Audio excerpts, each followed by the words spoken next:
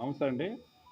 Tadepalli police స్టేషన్కి సంబంధించి crime number 923 of 2021 కేసులో ముద్దాయిగా ఉన్నటువంటి జోగి రమేష్ గారిని ఈరోజు విచారణ నిమిత్తం 94 BNSS ప్రకారం అతను పిలిపించడం జరిగింది. మేము అతన్ని మాకు కావలసిన సమాచారం గురించి ప్రశ్నించగా అతను మాకు అవసరమైనటువంటి మా కేసు దర్యాప్తుకి కావాల్సినటువంటి సమాచారం అతను మాకు ఇవ్వలేదు.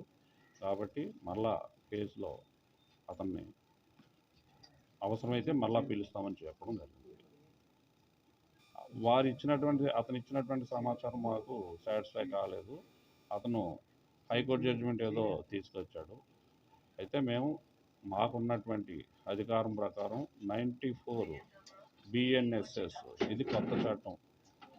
BNSS ప్రకారం మేము ఏ వ్యక్తినైనా సరే మాకు కావలసినటువంటి డాక్యుమెంట్స్ కానీ ఎలక్ట్రానిక్ డివైస్ని కానీ అడిగే అధికారం పోలీస్ అధికారికి చట్టం కల్పించింది.